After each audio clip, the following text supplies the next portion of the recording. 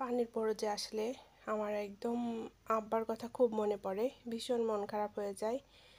Long journey করে আসার পর থেকে শরীরটা খুবই খারাপ, একদম অসুস্থ হয়ে গেছি। তারপরেও যেহেতু খুব কম সময়ের জন্য বাড়িতে আসছি, তো আব্বার সব কিছু ঘুরে ঘুরে দেখছি, কারণ সব কিছু দেখে কোথাও কোনো কাজ লাগলে সেটা কাজের লোক নিয়ে করে দিয়ে তারপরে আমাকে যেতে হবে, কারণ মা আছে বাড়িতে।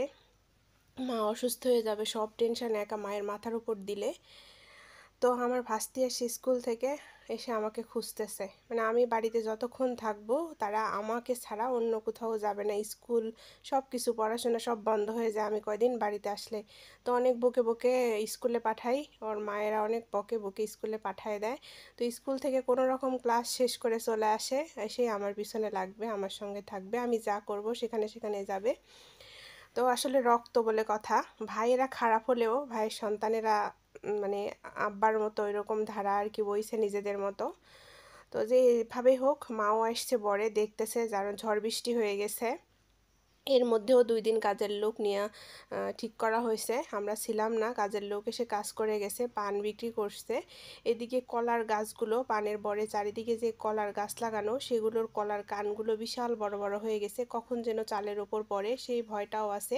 কারণ বৈশাখ মাস চৈত্র মাস এটা ঝড় বৃষ্টির সময়, এখন যে সময়টা যাচ্ছে বৈশাখ জ্যৈষ্ঠ ঝড় বৃষ্টি হবে, সিজন এরকমই সিজন, একটা আষাঢ়ের সিজনের বাতাস। তো পানের বরের মধ্যে ঘুরতেছিলাম, পানের বরের মধ্যে ঢুকলে একটা অন্যরকম গন্ধ লাগে পানের বরজের, পানের জমির।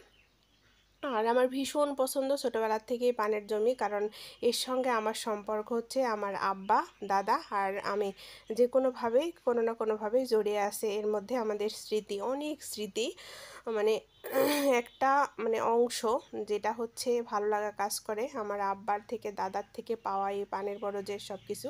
সব কিছু সব কাজ পারি আমি পানের বরজের, পান গুছানো থেকে পান ভাঙা থেকে পানের গাছ নিয়ে নামানো থেকে সব পারি, তো আম্মাও পারে।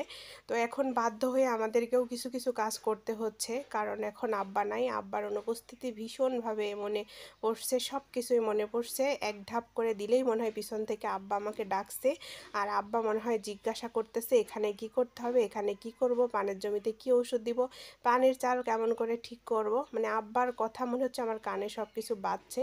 সবাই আমার আব্বার জন্য দোয়া